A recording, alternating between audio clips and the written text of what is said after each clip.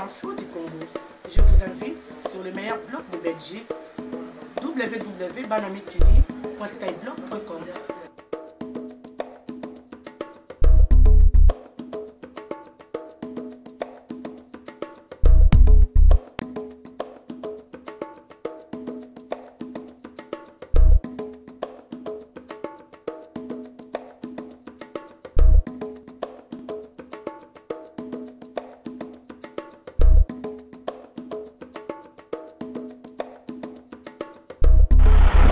Chers compatriotes, chers combattants, amis de la démocratie, amis du Congo, bonjour.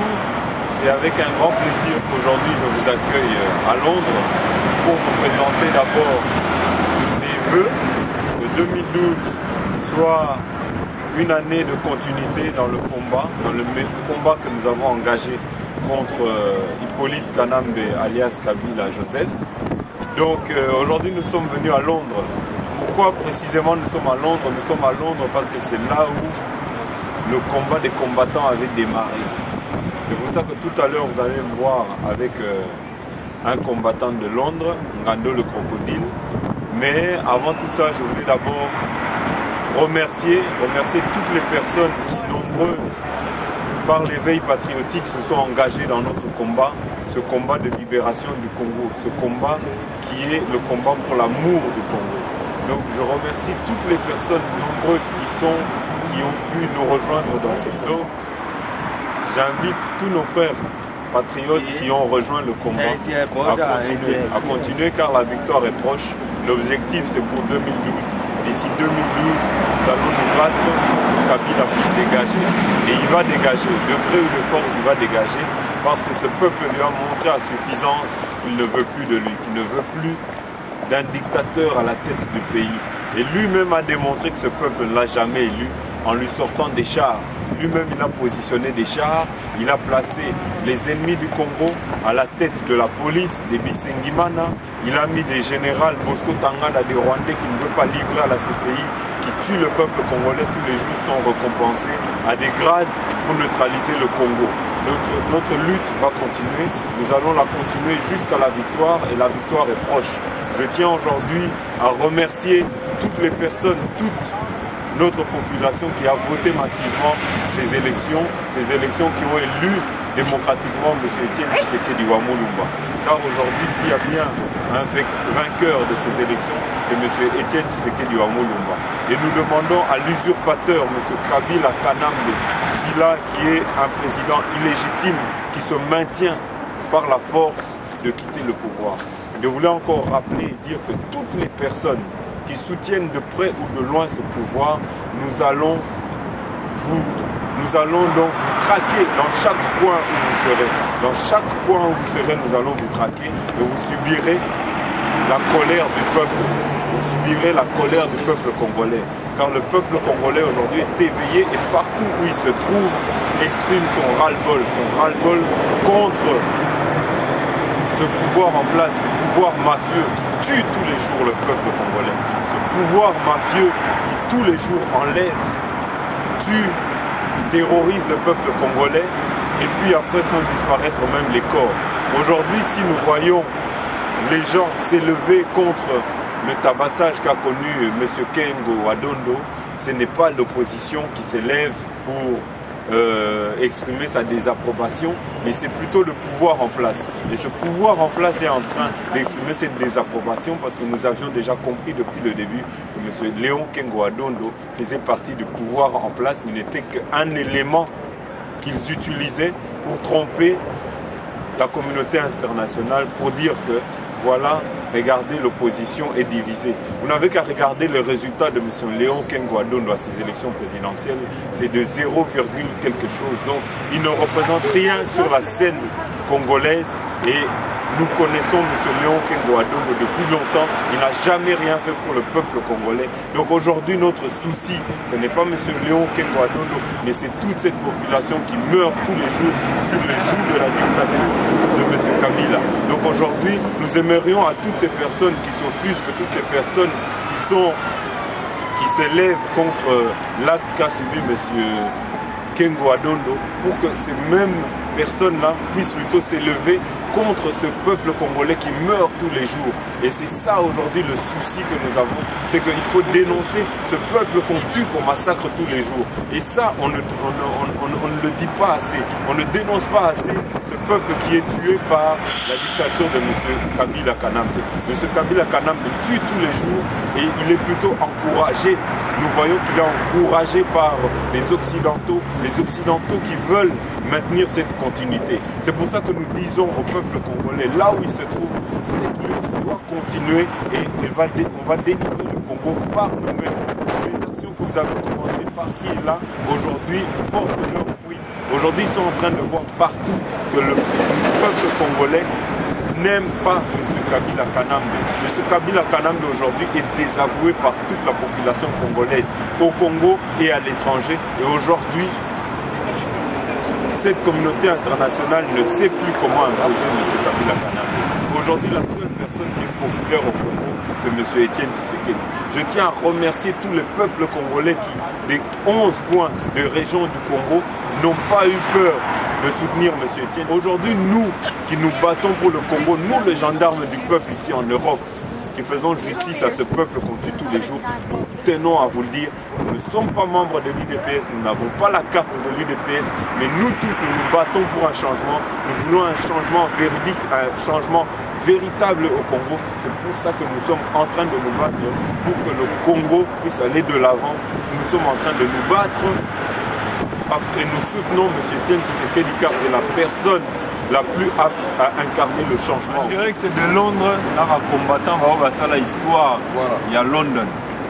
Donc, Bandeko Nabiso et Afrique du Sud, Mote Nabino, Bishop Élysée, un grand bonjour. Pasteur sans rival, Mote Nayo. Lelo Tozana Viengando, le crocodile. Tobenga qui Albert Mukendi, mais il n'a pas su venir.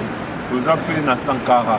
Donc, les lots, comme en 2012, tu représentais peut-être d'abord ma meilleure vœu, et puis tu reportes directement en plein cœur.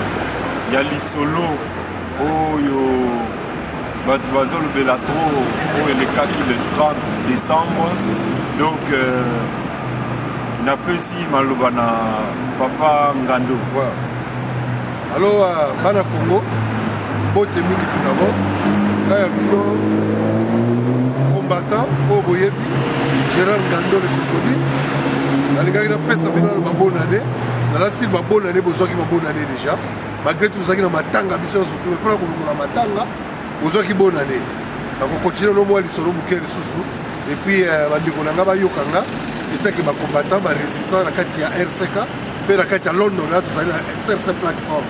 Dès que tout le monde est là, qui est comme la mission de la carte à Grande-Bretagne, on va confirmer que c'est la Grande-Bretagne. Moi, je vais dire que c'est un malgré tout, il y a un sauté, un Congolais, il y a un Anglais, il y a un montre et puis on continue à se retrouver dans le besoin. Pour te faire ça, il y a un Congo, vous avez toujours un courage à couper la boca. Vous avez un gérant Gando de Congo. Je pense qu'en Ferrer Sakara, on peut ça nous malheureux, puis on continue à continuer à monter et pas y aller beaucoup. On peut ça nous ma parole, puis on continue. Merci. Oui, en tout cas, merci Gando de Crocodile. Merci vraiment Jeannot Kabouya, le journaliste combattant. Pour la Big Bang. Place la siège à la dossier à monde. La Congo, c'est qui est important pour moi. Avec il faut qu'on m'a côté wana. Que n'a que nous donnons nous verser après. Il y a ma camarade désolé. Il y a mot, présence n'est awa. Que les Congolais posent un mot vraiment avec. Il y a importance parce que les aliments quoi ça va pour véhiculer l'information à résistance il y a vrai. Donc l'information de la Ranambo, il faut que vous pas à Kabouya. Les armes vérifiables parce que vous avez la source. Merci vraiment la présence Mario. Nous allons vraiment continuer à passer dans le mois de janvier. Noël, bonne année, il est qui bien. Mais où est important, les alliés, dossier et actualité. Oyo, il y a l'élection illégale et surtout, il y a Makambo Oyo, combattant à Sali, on a l'acquis dans le monde entier qui va désavouer le gouvernement, l'autorité, ou va juste à la Congo et ça. Il y a un mot, l'histoire pour le Kabou, il y a un déjà Makambo qui est à Paris, mais le problème, c'est à suivre. Donc, bolanda yango parce que ezali très important. Parce que bitumba biso ba combattant tolobaki eza ba action. Biso tolobaka mingi te, mais tosala ba action. Na ba action ndenge bandaki awa na okituni awa na kati ya Angleterre. Yango aya alobi mais comment expliquer makambo ngi bandaka na Angleterre mais comme iso na Paris comment? Mais suite pardon, juste na interrompre moké.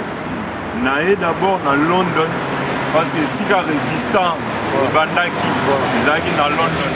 Yango na lobaki nouvelle na kopeta ngo na Londres. Naza na Londres na bino parce que naza na centre ya résistance. Ici la résistance est Botamaki. C'est ici que est née la résistance. C'est ici que le nom de combattant a pris forme. Avant que, grâce avec la mort de notre frère Armand Tungulu, la flamme se réveille. Ouais, toi tu as mis directement la dossier, en vogue donc l'actualité, il y a des dossiers, il y a l'action, c'est la musclée dans la France, parce que lui se trouvait que c'est la action. À partir de l'action, il y a la Kisaka, combat au Sudani. Biso toza na mindoki te congolais toza na baarme te mais arme na biso eza mayele oyo eza bapesa biso ya kose défendre na eloko nyonso toza nango bakoki ete nde eza arme nyonso oyo ya komba kanambe azoboma na congo na mindoki ezomona bazokata bazozwa bibebe wana bazobima alors pepe congolais na kokoba te soki tosali attention te ke totelemi te subir situation oyo ezali na Afrique du Sud. Omoni ndenge barwandais bakoti na kati ya est ezaka lokola mindele bakotaka na Cape Town bakoti na Cape Town balembe baza koextermine bazokuma mpo basescale kuna histoire ya biso ya basud africain ezokende quand même parallèle parce que ndele aza koutilize tout pour que aextermine peuple congolais otakobanda na mabele wana ozala tout ndele compte tenu ya ba problème bazwi awa climatique ba situation na bango économique tala le problème comme na héros donc balingi so bapanzana et baza na situation difficile monde ezokende na niveau moko ya mabe alors eloko oyo ezo soutenir survie ya monde sur la Congo babulaki depuis kala ke no il faut to récupérer mais to récupérer on ndenge nini soki tokesi ko bola on na eza biso bideli faut to utiliser bato wana alors yango biso ba combattre pesaki initiative wana to résister na eloko wana tomona ki découvert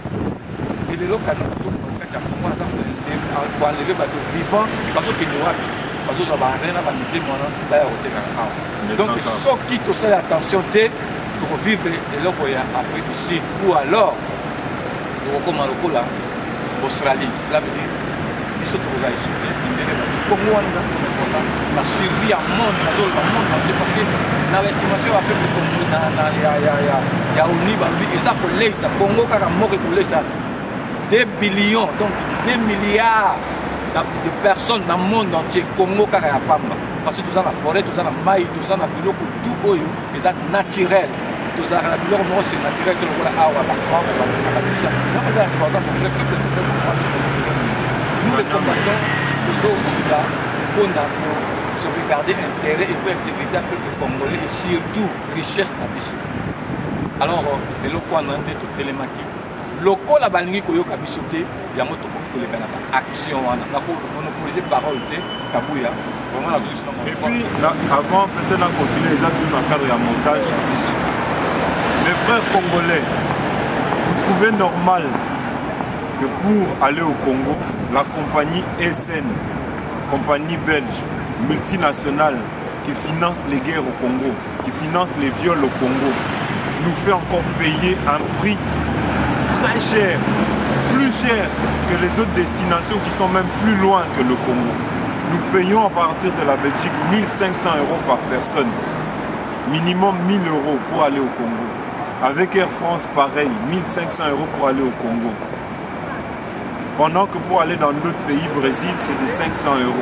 Pourquoi si cher? Jusqu'à quand est-ce qu'on va continuer à profiter de nous, à profiter de la naïveté du peuple congolais? C'est pour ça que nous disons aujourd'hui, on va se ressaisir, nous allons boycotter toutes ces compagnies-là. Ces compagnies-là qui font le malheur du peuple congolais. Nous n'allons plus utiliser des SN pour aller au Congo. Si nos frères veulent aller au Congo, nous le ferons en lobbying. Nous allons le faire avec des Ethiopian Airlines, nous allons le faire avec des Air Maroc. Nous allons prendre déjà contact avec les Air Maroc, qui est des vols directs entre la Belgique et le Congo, avec Ethiopian pour qu'ils fassent des airs directs, parce que nous avons la puissance d'influencer le peuple congolais. Et nous allons l'influencer pour qu'ils prennent d'autres compagnies que ceux qui sont à la tête du malheur du peuple congolais. Donc je ne dirai pas plus. Nous sommes ici aussi pour parler d'une information très brûlante. Nous sommes toujours surpris de voir que le peuple congolais meurt par milliers. Il y a des millions de morts. Kabila extermine le peuple congolais, tue tous les jours. Vous avez vu vous-même pendant la période électorale, ils tuent le peuple congolais. Après avoir tué, ils font disparaître les corps parce que c'est les techniques rwandaises. C'est comme ça qu'ils ont fait avec les Hutus qu'ils ont exterminés lors du génocide dans le Kivu. Chaque fois ils créent des fausses communes, ils enterrent ces corps-là. Jusqu'à quand nous allons continuer à être massacrés? Alors nous disons aujourd'hui que trop c'est trop. Nous n'allons plus accepter, Donc je donne par rapport à cette information brûlante qui touche M. Kengo Adondo, nous nous étonnons de voir le Quai d'Orsay, les M. Sarkozy, toutes ces grandes personnalités parler de M. Kengo comme un truc dramatique pendant que le peuple congolais meurt et personne n'intervient. Revendication, il y a acte, il y a Salamaki, il y a Kengo Adondo, et ça qui compte tenir le service par le renseignement à combattants, dans l'état-major, il y a la défense du nom. Combat Oyo, et là, Europe et Zala, donc tout le monde à Bruxelles, France, et puis Awa, dans l'état-major, dans la carte militaire. Vous voyez, Baki Kengo Adondo, a une mission importante, Oyo, il fallait à ça là, dans deux objectifs. L'objectif, il y a les bosses, il faut d'abord procéder par députés nationaux Oyo, Bayaki Awa, l'information est vraie pour des causes. Il y a opposition dans l'élection où papa n'a vu Etienne Tshisekedi a gagné pour que l'Occident va comprendre que non, l'élection il faut ça pourquoi dans moto le peuple congolais vote. Quand les amis demandent à l'Iboso député Bayaki alors la Tina qui peut l'Iboso dans le ministre dans les mains de Wana pour désinformer l'information. De deux, la Tina qui se il y a quelque chose complété la France, parce que France, c'est un moto et soutenir depuis Kala. Mobutu Air a changé le Premier ministre, Jacques Papa Nabiso, il y a Kengo Adondo, à Kenya, la France, non, Kengo Adondo, sécurité, il faut batailler. Il y a un moment où plusieurs fois, parce que France, nous va nous soutenir. Il y a la France, on a complété cause de la Premier ministre, il y a Kanambe, Alliance Joseph Kabila, et de deux, ou alors, ça la transition liée à cause de la présidente de la République pour diriger la transition wana. Donc des possibilités où Kengo Adondo ayaki na moko akuta na français en catimini biso tozaki na information na l'état-major ezaki déjà na ba service na biso balaki au courant la situation na yango moni basalaki eloko mpona koempêcher ba démarche Kengo Adondo tosala contre volonté ya peuple congolais.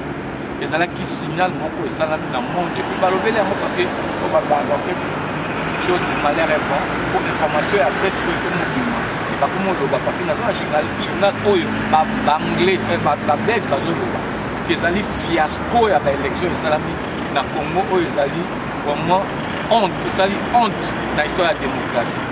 Il y a un moment où l'Occidentaux s'affiche quitter attendre la cérémonie d'application de serment parce que ça fait la honte. Il y a un moment où on défendre la démocratie pour appuyer le moteur Azali pour bafouer le droit à peuple. Donc c'est là que ça qui va appliquer le Congolais. Et puis action en a, les Azali qui va combattre. Parce que la communauté congolaise, partout où ils se trouvent, à travers le monde, va combattre. Vous allez sur la diaspora.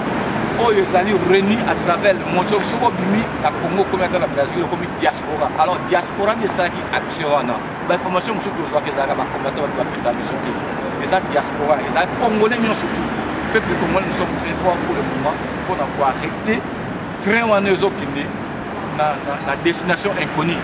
Mais tout le monde qui va voir la biso, pourquoi tout ça là, alors que va regarder le monde, mais pour tout ça, il a arme, il a combat, il a bitumba, il a permis, il a la canango. Biso ku tozo bomate, to bomina noté, mais to ko bomba.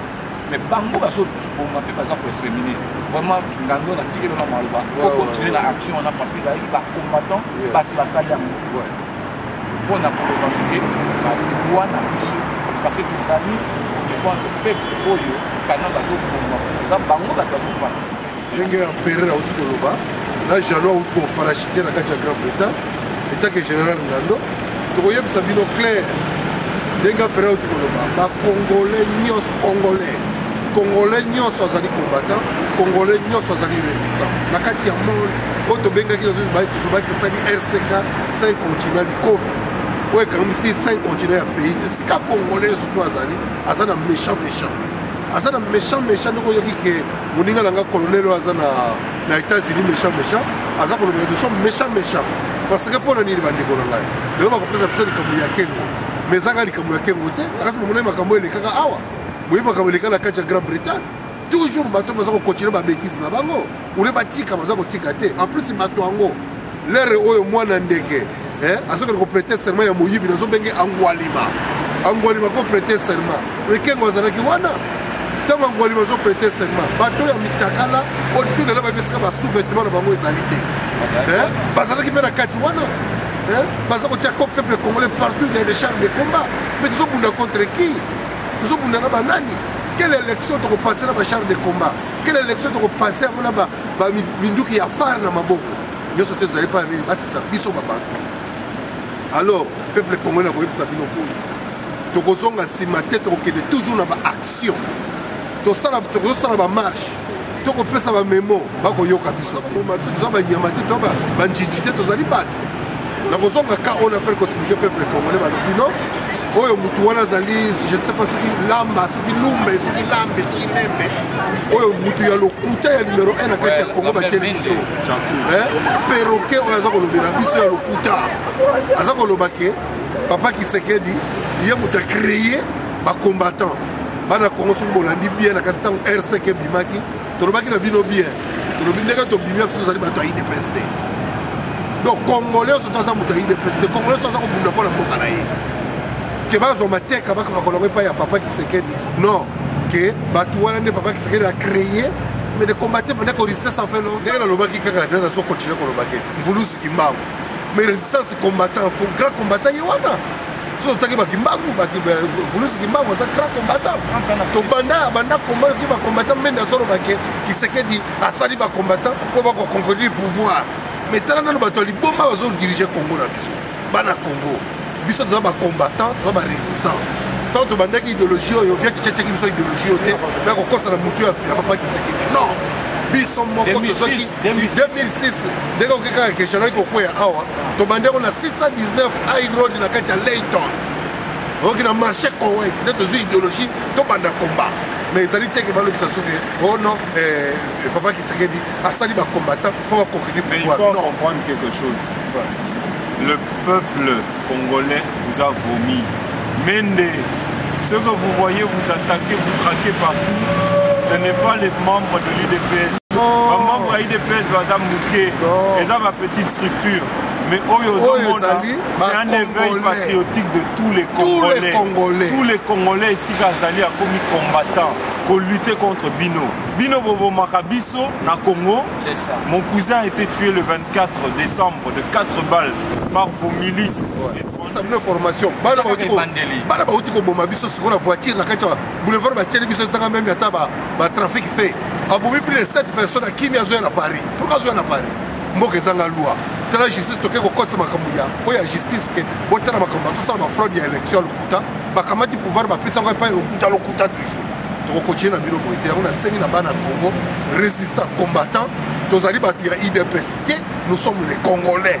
Toko revendiquer ba droit na biso toko continuer ko bunda kaka ndenge bino bolingi ndenge biso ke na bino libération na suka sika siko na sengi na peuple congolais boyebi ba compagnie oyo batiango mingi na internet ba compagnie oyo ba 10 millionnaires bazotonga ba Sozacom pas bon marabiso ba congolais to ko komela ba il faut vraiment qu'on le peuple congolais de guerre oyo biso ba combattant ba diaspora toujours ça à l'étranger ils allaient guerre contre gouvernement oyo ya occupation mutu nyonso to aza koparticipe na malheur ya peuple congolais ozali ennemi na biso territoire ya diaspora eza territoire ya biso bino bozoboma biso na Congo bino soki bobimi kaka Congo ata na Brazzaville tokozwa bino oyebi bino nyonso bokokufa tokoboma bino yango aperere message yango toza kopesa ndenge oyebi ke soko peuple congolais oyebi kaka bato wana babimi banda na chef de quartier po azotravaille pa ipolitique angambi tina ye moko na mutu ya ipolitique angambi soko bimi beta kaka sekade bobetaki mpona ya bato totika mitakala un gouvernement ya mitakala bakofanda mpe na kati ya bakoprete serment ya moyibi biso bato bagouverner Congo na bato baza mitakala baesika bakaleso na bango ezali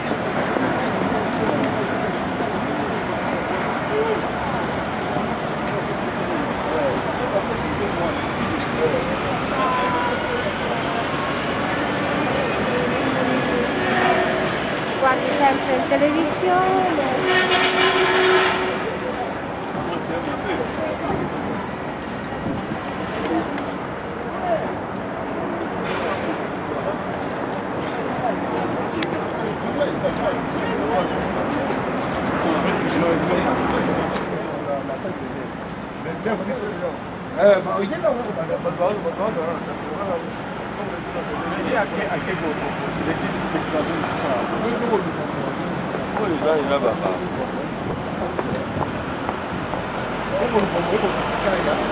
Sakara, on peut expliquer à tout ça.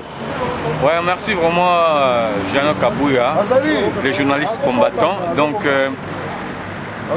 merci Nandeng Osali atterrissage forcé les lots à London. Nous avons vraiment des marambes à la mon bureau on a sur quelque part on a bandit qui mort en noir et là on est allé bureau du premier ministre britannique Cameron. Donc place wana des décisions il y a monde des Zouamaka.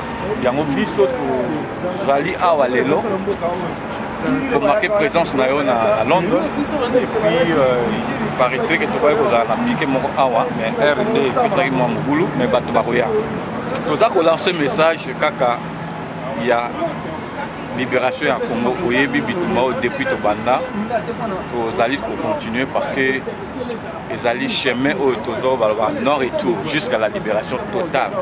Et alors à partir d'Angleterre nous sommes décidés il y a pour ça la action oyo et pour ça de façon que les Britanniques oyo bazali na ba compagnie na bango na Congo va comprendre que les un président qui a commis légal qui va traiter le dossier à Congo na yé.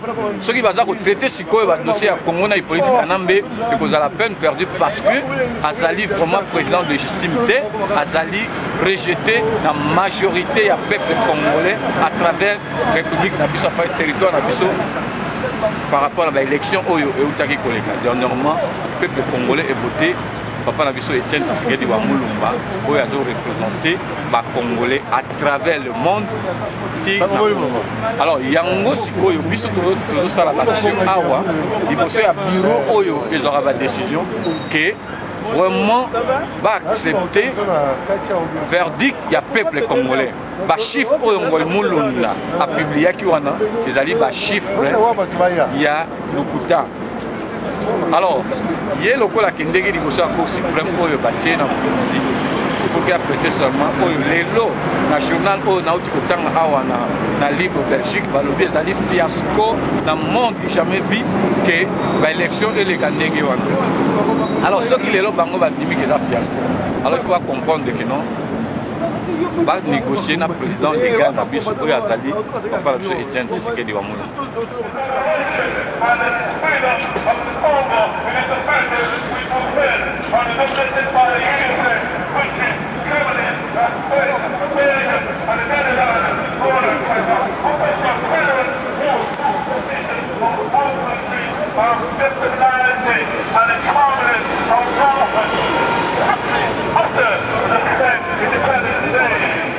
Maman.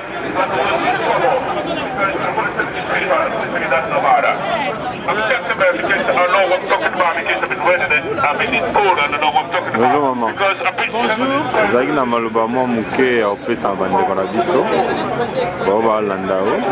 Dalina loba mboka na biso faut to récupérer yango. Tokoki kondimate ba mindele ba continuer ko diriger mboka. Depuis 60 bango kaka mutu bazako diriger mboka Congo. Sikoyo mwana Congo nyoso atelemi to récupérer mboka. Ya naza ko benga ba soda ba policier de boyoki emporium oyo président za koloba boza la simana ye bosunga ye bolapa kinda ipona ko batela ekolo ko batela ba congolais bolongwa sima Kanambe azali sous présidente constitution na biso eza kopesa Kanambe droit mon côté même candidature wana eza faux azaki na droit te akende ko se présenter vrai candidat na biso président na biso eza papa Etienne Tshisekedi na sengi bino boza sima na ye bo récupérer mboka tokufi mingi depuis 1960 congolais a souffrir mingi tango oyo ekoki po te tozwa mboka état de droit ekoma tokoma lokola bamboka nyonso ya mokili mboka na biso eza très riche na makambo nyonso na mai na zamba na ba minéraux mais congolais akomi mutu ya suka na mokili po via malamu ezate social ya congolais ezali inacceptable ndenge ba richesse wana ezali ba mindende baza ko jouir nango ba congolais te bola la pongite biso na poto tozotambola na kati ya Mali bomoni biso kasi kokite kuna pe bosala quelque chose bino ba policier bino ba militaire nazosenga na bino bozala sima ya papa Mokonzi président na biso toponi po asunga mboka makambu échanger tokoma na vie ya sika to banda kosepela na sengi bino boyoka ngo boyebisa pe baninga bolanda président na biso po mboka na biso échanger. Merci.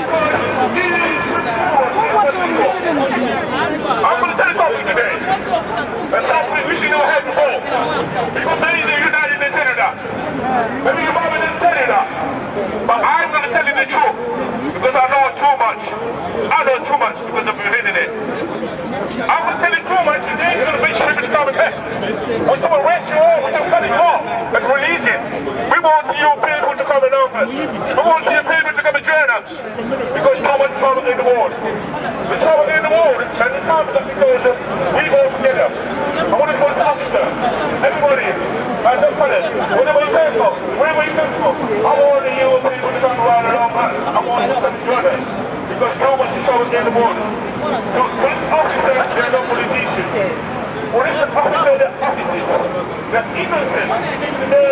Et je remercie aussi mes frères des États-Unis, Bakto Bossali, Tomoniango, Gary Wele, salutation, na Rajamutu. Donc les gars vont continuer le combat, vont rassembler Bandevolabiso, Baotu, Bazana, États-Unis pour que le combat puisse continuer. Je tiens aussi à remercier mes frères combattants de Bruxelles, Maman José Likembe. Un grand bonjour, na Papi, Charles Baya, Claude Poli. Donc, ma combattant à Bruxelles, bonjour. Ma combattant à France, un grand bonjour à Curtis, un grand bonjour à Ramsès, un grand bonjour à Jimmy, à Teddy, à Tsingi, à Basta et à Rismo Congo. Et aussi un grand bonjour à notre frère combattant de longue lutte, Rex Kazadi.